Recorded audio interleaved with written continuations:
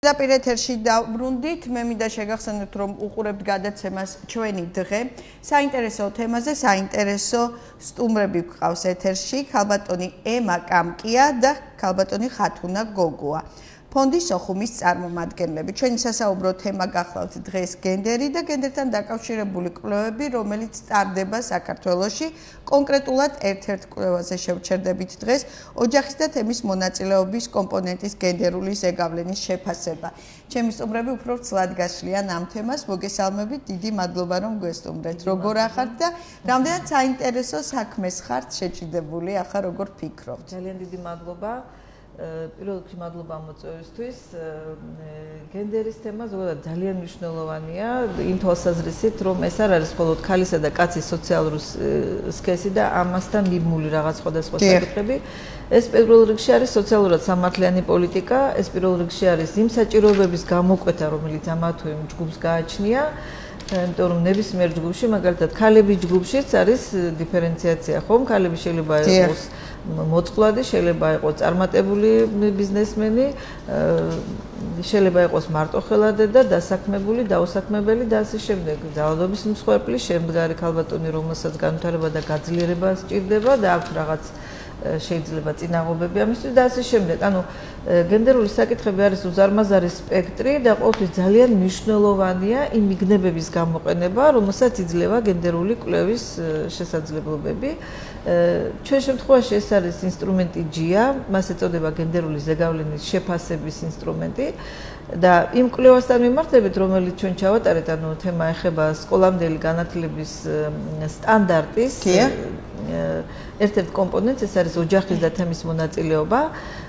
როგორი არის ამ კომპონენტის ზეგავლენა, ამ კომპონენტის იმპლემენტაციის შედეგად, რა ზეგავლენა გააჩნია მას დაუშვათ პირდაპირ ბენეფიციარზე ბავშვზე, ასევე პედაგოგზე, რომლის კეთილდღეობა ძალიან მნიშვნელოვანია იმისათვის, რომ ბავშვმა სრულყოფილი სერვისი მიიღოს, ასევე მშობელზე, რომელიც შეიძლება იყოს დასაქმებული და ნაკლები დრო ქონდეს ბავშვთან კომუნიკაციისთვის და ბავშვთან კომუნიკაციისთვისაც, მშობელი, რომელიც ემიგრაციაშია და მას თავისი შეზღუდვები აქვს იმასთან დაკავშირებით, რომ მოწყვეტილია იმ სოციალურ გარემოს, რომელშიც ბავშვი იმყოფება, ოჯახის სხვა წევრები, რომლებიც ასევე შეიძლება მონაწილეობდნენ აღზრდაში და ზოგჯერ შეიძლება ზოგჯერ ფაქის დადლა შეფეთოთ ამ თემას ოჯახის წევრებს და სხვა შეხედულებები ჰქონდეთ აღზრდის და განათლების საკითხებზე და რამდენად ჰარმონიაში მოვა ეს ოჯახის დანარჩენ წევრების ხედვებთან და ზოგადად ქვეყანაში არსებულ მიდგომებთან ბავშვის ჰოლისტური განვითარების საკითხში და სხვა კიდევ ძალიან ბევრი კომპონენტი. პირველ რიგში მაინც მამების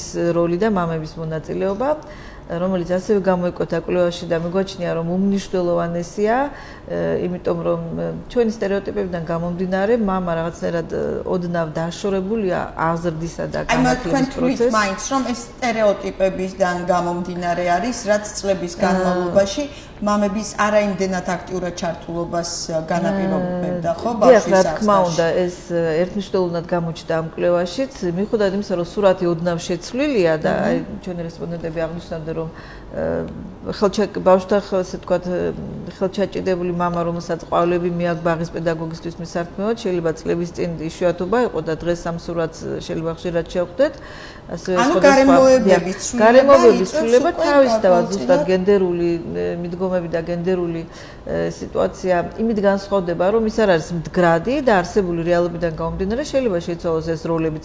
და უშუალოდ როდესაც დედა საზღვარგარეთ არის და ასე ვთქვათ, ვერ ახერხებს ბავშვთან კომუნიკაციას, თავისთავად მთელი ზრუნვა და რეპროდუქციული შრომა, ბავშვზე ზრუნვა და ზრუნვის პოლიტიკა ოჯახის დანარჩენ წევრებზე, ხშირად მამების მხრებზე გადადის, ან ოჯახის სხვა წევრების მხრებზე. ასევე მინდობით აღზრდის შემთხვევაშიც გვაქვს ძალიან ისეთი სურათი, რომელსაც ჭირდება სახელმწიფოს თანადგომა, ბაღის თანადგომა, იმისათვის, რომ ბავშვის ირგვლივ იყოს ძალიან კეთილგანწყობილი სოციალური გარემო, არის უამრავი საკითხი, რომელიც იმ შემთხვევაშიც კი, როდესაც ეს სტანდარტი ძალიან კარგად არის გაწერილი და ძალიან ბევრი ინდიკატორია იმისათვის, რომ მაქსიმალურად იქნეს, ესე ვთქვათ, უზრუნველყოფილი ეს ჩართულობა და მონაწილეობა, აი ამ ინსტრუმენტის გამოყენებით ჩვენ კვლევა დღეს მოგართვით და დარწმუნებული ვარ დაგაინტერესებთ.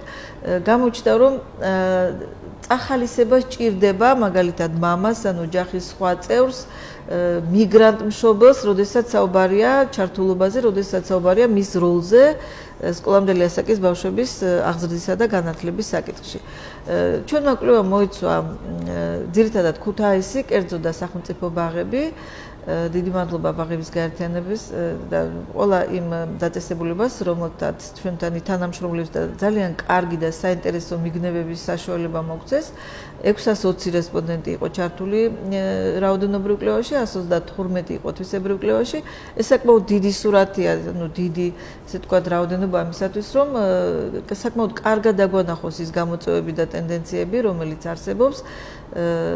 ხა თუნდაც ალბათ დამეხმარება იმ საკითხების გამოკვეთაში, რომელიც ესე ვთქვათ, ყველაზე მტკივნეული იყო და ყველაზე საჭირო და საშურია რეაგირებისთვის, ალბათ უფრო გაშლის მაგალითად იგივე SSM და SSM ბავშვებთან კომუნიკაციის თემას, სადაც ყველაზე მეტად არის საჭირო ეს ტანდემი ოჯახის სათემო სერვისების და პედაგოგების მაქსიმალური კომუნიკაცია და თანამშრომლობა იმისთვის, რომ ბავშვს მიეცეს შესაბამისი პროგრამების, შესაბამისი სერვისი იმისთვის, რომ დაძლიოს სხვადასხვა შეფერხება, რომელიც შეიძლება მის განვითარებას უშლიდეს ხელს. ამიტომ ის კამპანია, რომელიც ამ კვლევის შემდეგ დაიწყო, ჩვენთვის იყო ძალიან მნიშვნელოვანი, ის გრძელდება და დიდი მადლობა, რომ ეს გადაცემაც ერთგვარად წვლილი ამ კამპანიის და ამ თემის პოპულარიზაციაში.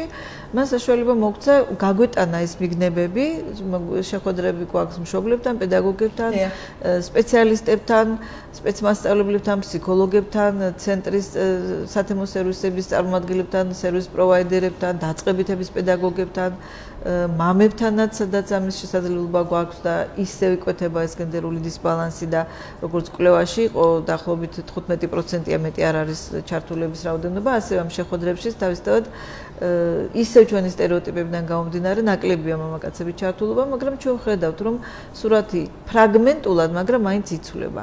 აი გენდერის თემაზე მუშაობას, როდესაც იწყებდით და კვლევას და თქვენ აუხსენით სწორედ სამიზნე აუდიტორიას, რამდენად იყო მიმღებლობა და მე მაინტერესებს როგორ ფიქრობთ თქვენ რატომ არის გენდერის თემის მიმართ რაღაც ცოტა შიშიც, ცოტა რაღაც კითხვის ნიშნებიც აი ამის მხრივ რამდენად გჭირდებოდა მუშაობა და ახსნა. დიდი მადლობა, ძალიან კარგი კითხვა. ზოგადად, როდესაც განყენებულად საუბრობთ გენდერზე და რაღაც თეორიების სენით საუბრობთ, ძალიან რთულია რომ ადამიანმა ის მოერგოს თავის თავზე.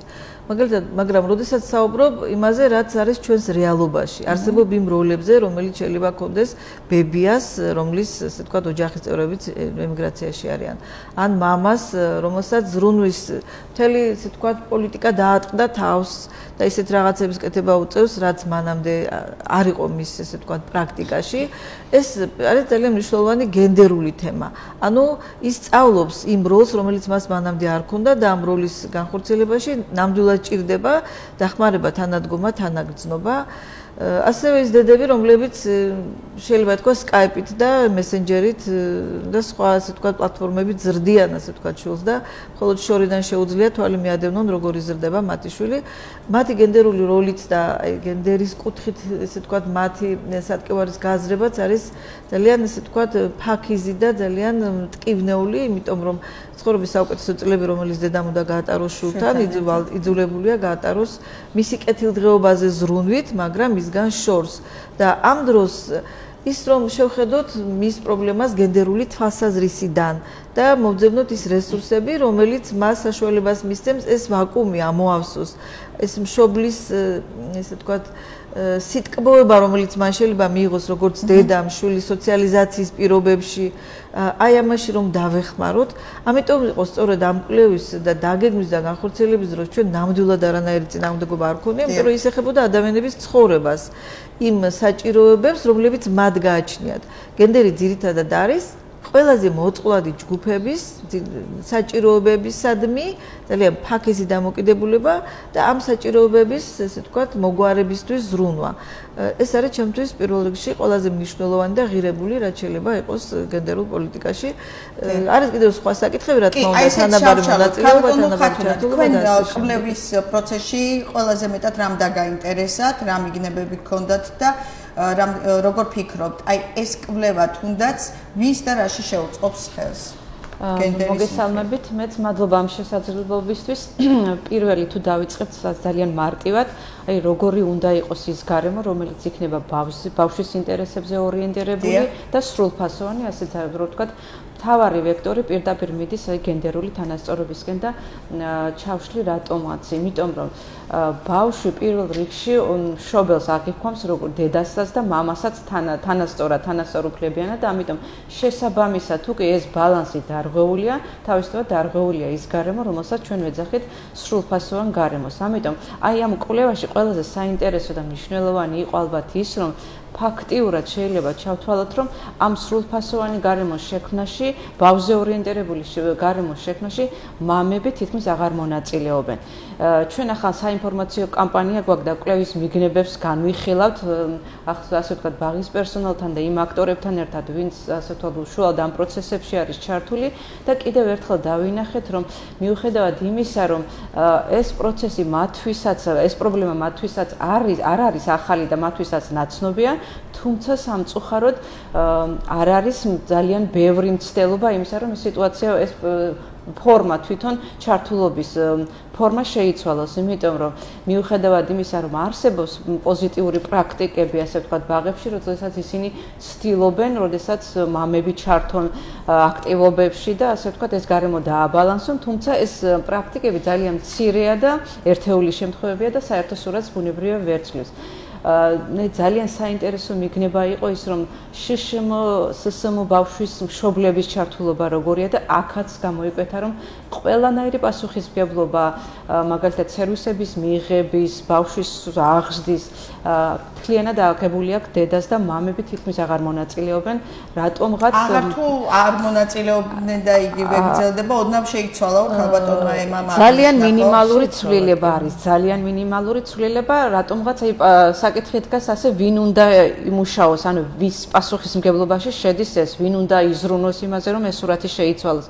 იმიტომ რომ ბაღის პერსონალს უამრავი შიდა პრობლემები აქვს და თავისთავად ისინი ცდილობენ რომ პასუხისმგებლობა აიღონ, თუმცა დაისვეს საკითხი და ძალიან საინტერესო მიგნება იყო ისიც, რომ მშობლების მხრიდან არ მოდის ასე ვთქვათ ინიციატივები და მათი პასუხისმგებლობაც მინიმალურია, ისინი ვერ გრძნობენ რომ აი ეს სურათი უნდა შეიცვალოს მათი ჩართულობით.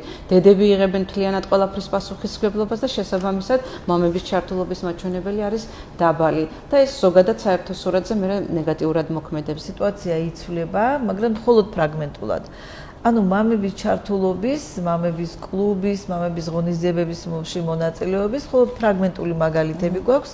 ძალიან კარგი იყო პრაქტიკის და გამოცდილების გაზიარება ამ საგანმანათლებლო დაწესებულებებს შორის, როდესაც ისინი იხსენებდნენ იმ პერიოდს, როდესაც პირველად მოხვდა მამა ღონისძიებაზე. თუ თავიდან 1 და 2 ადამიანი იყო, შემდეგ ეს მათი რიცხვი იზრდება, მაგრამ თავად ეს ღონისძიებებია ფრაგმენტული. ეს არ არის ყოველდღიური რუტინა ბაღების ცხოვრებაში და ყველაზე კარგი იყო ის, რომ ისინი ერთმანეთს ამ გამოცდილებას უზიარებდნენ.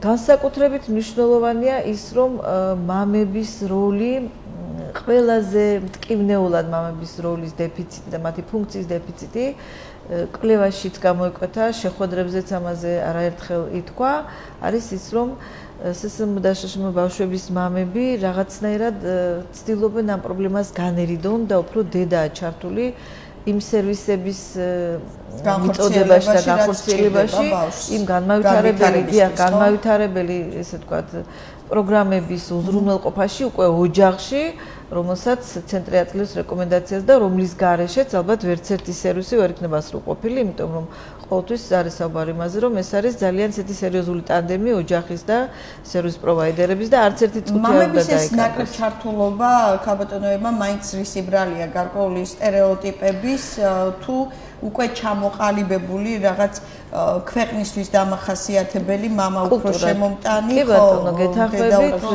მაინც უკავშირდება იმ კულტურას, რომელიც საზოგადოებაში არსებობს იმას, რომ აღზრდის პროცესში არ არის მამათი ჩართული და ამის პრაქტიკა არა გვაქვს, ამის ასე ვთქვათ, გენეტიკური რაღაც კოდი არა გვაქვს, იმიტომ რომ ცოტა სხვა კუთხით იყო. ეს ხო მარტო საქართველოში არ ხდება, არის კიდევ ალბათ პროპორციული ქვეყნები, სადაც სწორედ ასეთი ოჯახის მოდელი არსებობს. რა თქმა უნდა, ეს არის ოჯახის მოდელი, რომელიც ტრადიციულია ძალიან ბევრი ქვეყნისთვის. თქვით რომ აი ეს ამ მოდელის და აქ სხვადასხვა ასე თქვა დედის და მამის როლები შეიძლება შეიცვალოს და დედა გახდეს შემომტანი და მამა გახდეს რონის პოლიტიკის განმახვეწილებელი, მაგრამ ყველაზე მტკივნეულია, როდესაც მამის როლი და ფუნქცია კნინდება ისეთ ბავშვებთან მიმართებით, რომელთაც განვითარება სჭირდებათ და რომელთანაც ოჯახში უნდა მიდიოდეს ძალიან ინტენსიური და რუტინული სამუშაო. ერთ-ერთმა ბაღის პედაგოგმა გულისკევლით გითხრა, რომ როდესაც ბავშვზე საუბარი დავაპირე მამასთან, რომელიღაც თქვა სხვადასხვა სერვისებში არის ჩართული და საჭიროებს სხვადასხვა პროგრამებს, მან თავი არიდა საუბარს და მითხრა, რომ ამ საკითხებში დედა ერკვევა უკეთესად. მისთვის არ იყო კომფორტული ის როლი, რომელიც მას იმ წუთას ჰქონდა და ეს არ არის ერთეული შემთხვევები.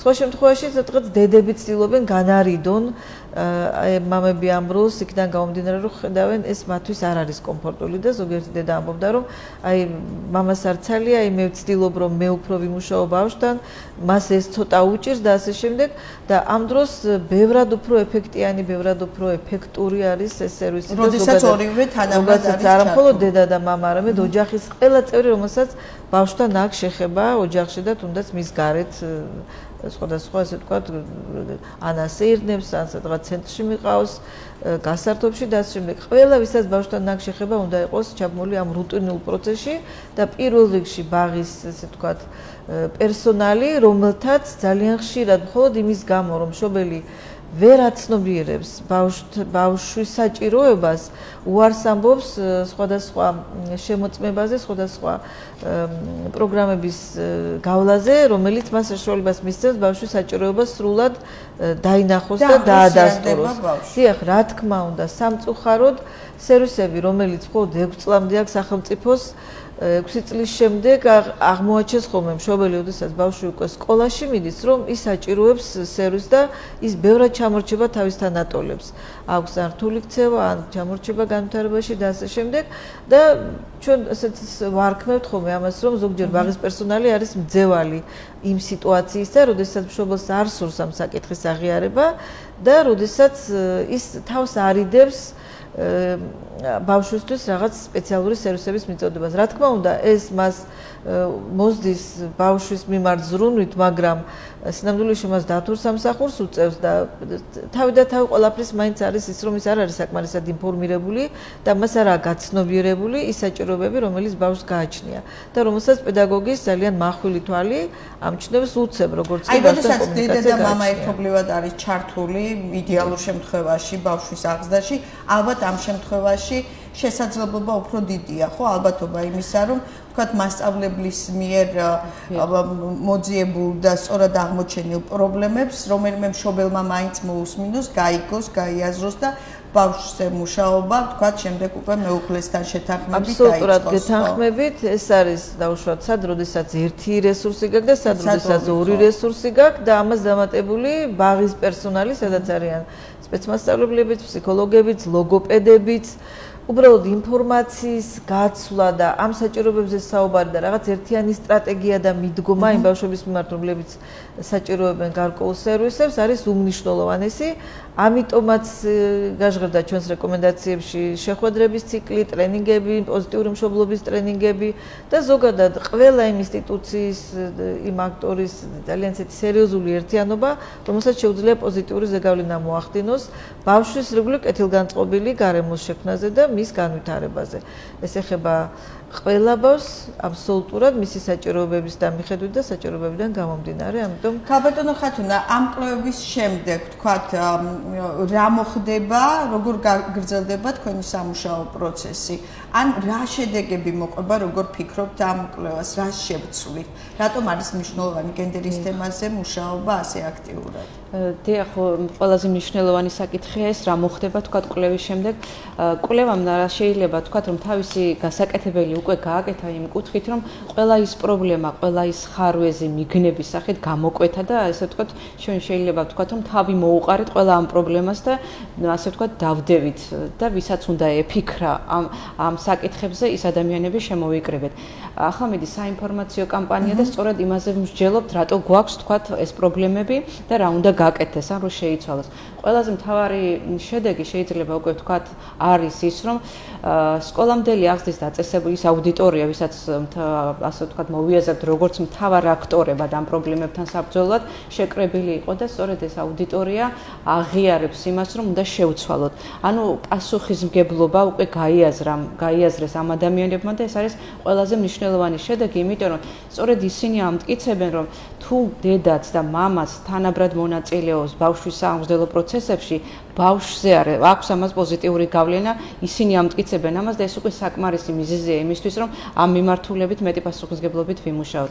გენდერული სტერეოტიპები ბუნებრივია კვებავს ამ ყველაფერს და ზოგადად თუ არ შეიცვალა ჩვენი საზოგადოების დღის წესრიგი, თავისთავად ვერ მივიღებთ პოზიტიურ შედეგს და ამიტომ, როდესაც ამ ცვლილებაზეა საუბარი, ვფიქრობთ, რომ სწორად დავიწყეთ, იმიტომ რომ სწორედ ამ ასაკში ბავშვის სრულფასოვანი აღზრდა, ბავშვზე ორიენტირებული სრულფასოვანი გარემოს შექმნა შეუძლებელია, თუ გენდერულად არ იქნება გარემო დაბალანსებული, თუ ოჯახი, თემი არ იქნება ჩართული და დედას და მამას არ ექნა თანაბარი შესაძლებლობა ჩაერთოს სამგზელო პროცესებში და ამიტომ ეს ყველაფერი საერთო სურათზე გავლენას იქონიებს აუცილებლად პოზიტიურად და იმ გენდერულ სტერეოტიპებს, რომელსაც ასე ვთქვათ, სერიოზულ მკვლევად მივიჩნევთ, თავისთავად იქონიებს მნიშვნელოვნად შეამცირებს და საერთო შედეგს მოგწევს. კიდევ ერთხელ ვახსენებ იმას, რითიც დავიწყეთ, ანუ ჩვენი კვლევის, ესე ვთქვათ, ძირითადი ინსტრუმენტი იყო გენდერული ზეგავლენის შეფასება და აქ მოიაზრებოდა ყველა, როგორც ვთქვით, ფოკუსში იყო ბავშვი, მაგრამ შეეხებოდა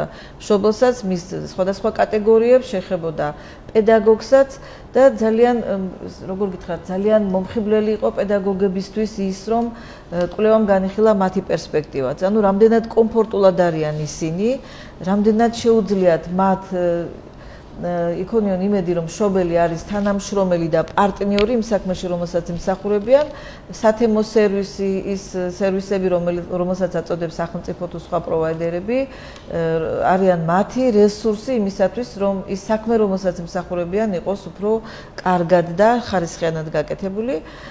ამიტომ მე კიდევ ერთხელ მინდა დავამთავრო იმით, რითიც დავიწყეთ, რომ გენდერული მიდგომები ზოგადად, კატეგორიზაცია, სხვადასხვა ჯგუფების ინტერესების და საჭიროებების გამოვლენა, მათ შორის იმათიც, ვინც შეიძლება არ ჩანდეს და პირველ პლანზე არ იყოს, მაგრამ პედაგოგსაც და მშობელთა სხვადასხვა კატეგორიასაც აქვს თავისი საჭიროებები, ასე თავისი სატკივარი, თავისი ოცნებები და მიზნები და რა თქმა უნდა პედაგოგებისთვისაც ის, რომ სერვისი წარმატებით იყოს მიწოდებული, ძალიან მნიშვნელოვანია პასუხისმგებლობის განაწილება მშობელზე, პასუხისმგებლობის განაწილება მაგალითად იგივე მერის ბავშვთა უფლებების დაცვის სამსახურზე, რომელსაც შეიძლება რაღაცა ინფორმაციები მიაწოდონ ისეთი, რომელზეც ზეგავლენა თვითონ არ გააჩნიათ, იმიტომ რომ მათ თავისი შემოსაზღვრული საქმიანობა და სფერო აქვთ, ასევე პასუხისმგებლობა იმ სათემო სერვისებზე, რომელსაც ჩვენს ქალაქში მაგალითად დიდი წარმატებით ახორციელებს რამდენიმე ცენტრი და ძალიან კვალიფიციური ადამიანები, უბრალოდ ძალიან მნიშვნელოვანია მათ შორის ინფორმაციის ცირკულაცია და ინფორმირებაც ასევე გენდერული პოლიტიკის ერთ-ერთი